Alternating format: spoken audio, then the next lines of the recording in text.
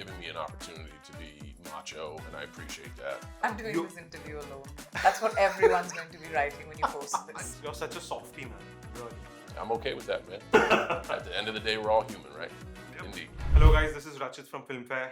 I'm in London. I've come to meet two very special people. Their film is Heads of State, Priyanka Chopra, John Cena. And before I ask my first question, John, I want to give you a bit of a trivia about India giving two gifts to US and UK, since these two countries are related to your film. We gave the UK the Kohinoor Diamond many years ago. And then later on, we gave the US Priyanka Chopra. Aww. But nevertheless, I'll take it. we've watched Heads of State, such a fun film.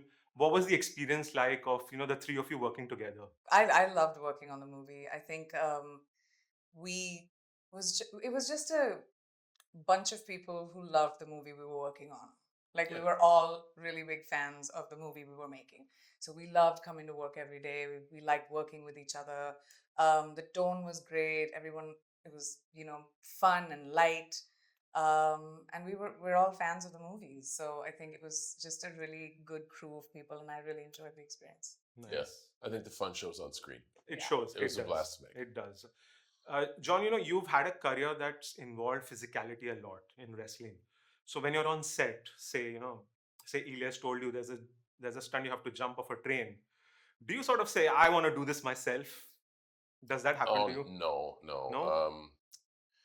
It's a lot more complicated than that, and you're giving me an opportunity to be macho, and I appreciate that. These movies cost a whole heck of a lot of money to make. If I get selfish and I want to jump off a train and I break my arm, we hold up everybody. The movie goes over budget, and then we have to scramble to try to get fans to be entertained at a capacity we don't have. Right. I have spent my life falling down and getting my ass kicked, and I'm okay with that. Yeah.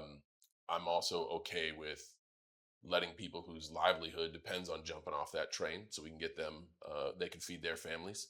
And at the same time, the movie can end on time and on budget so we can get it out to the world. Nice. I don't think there's any shame in that. And that's kind of the system we live in. If the WWE world is different, it's live, it unfolds right before your face. So we can't be like, okay, hold on, we're going to bring in somebody else to fall down. Yeah. So I know when I step in that arena, it's go time for me. And I know when I step in this arena and executives and directors say, we need this shot to be with a double, I gladly allow that economy to work its magic. Nice. Priyanka, did you ever follow his career as a wrestler? Did you guys sort of talk about that? No? Oh, I mean, I knew of him, and you can't Yeah. be in India and not know WWE and not know John. you're going a million miles an hour.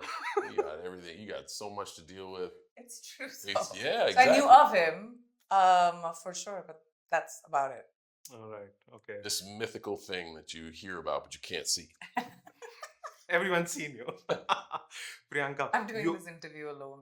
That's what everyone's going to be writing when you post this. No. You have no idea. You know who's done a Like, I John love- Cena today? Who? Idris Elba. Just yes, for certain situations. I'm sorry. That's accurate. That's great. Okay, Priyanka.